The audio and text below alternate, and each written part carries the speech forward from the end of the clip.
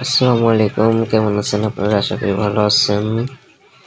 তো আজকে ভিডিও নিয়ে আসলাম। আজকের ভিডিওটা একটু অন্যরকম।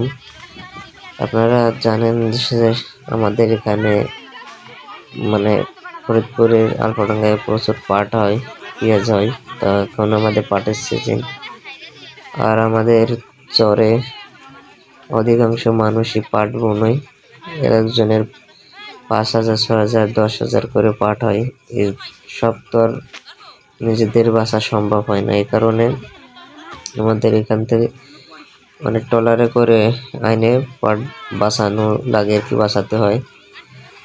তো আজকে হচ্ছে পাট নিয়ে আসছি দিকনগর বাজারের ঘাটে।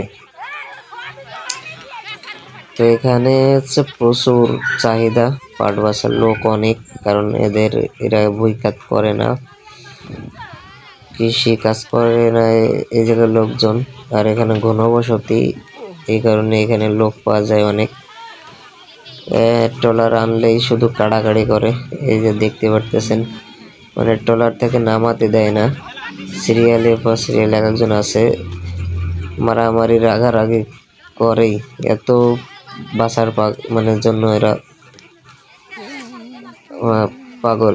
একজনরে 10-8 করে গুনে দিলেও পাটে হয় না। এক ট্রলারে 500 পাট আসে। তো হচ্ছে এই অবস্থা, পাট দিয়ে পারা যায় না। এখানে যত পাটই আনেন আপনি একদিনে 5,000, 6,000 পাট আসলেও এরা বেঁচে ফেলাতে পারবে, এমন বাঁচা পাচ্ছে পাট। তো একদিক থেকে ভালোই হয়েছে, কারণ এরা না থাকলে পাট যারা অনেক পাট পায় তাদের হচ্ছে পাট বাঁচাতে সমস্যা হইতো আর কি, লোক পাইতে, কিষেন দিয়ে বাঁচাতে হইতো। এই কারণে উভয়ের পক্ষেই ভালো হয়েছে।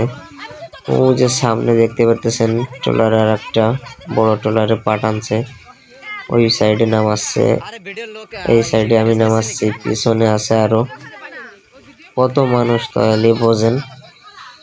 আর এই যে সে পিছনে ট্রলার দেখেন, আমাদের পাট নামানো হয়ে গেছে, আর সামনের ট্রলারও নামানো হয়ে গেছে। নামানো হয়ে যাওয়ার পরেও যারা এই ট্রলারে অল্প কিছু পাট আছে, তাও দেখেন কি করতেছে, সব পাট নামাতে দিচ্ছে না, রাইট পাট নামাই যাচ্ছে ট্রলার থেকে। তাহলে দেখেন কি কত বাঁচতে পারে।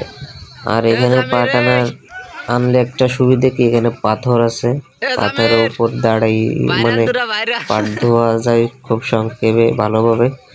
পাটও পরিষ্কার হয়, স্রোত আছে, এদিক থেকে আরো সুবিধা ভালো। তো পাটের সিজনে আমাদের এই ট্রলারে করে আইনে পাট বাঁচাতে হয়। সবাই ভালো থাকবেন, সুস্থ থাকবেন, চ্যানেলটি সাবস্ক্রাইব করে পাশে থাকবেন।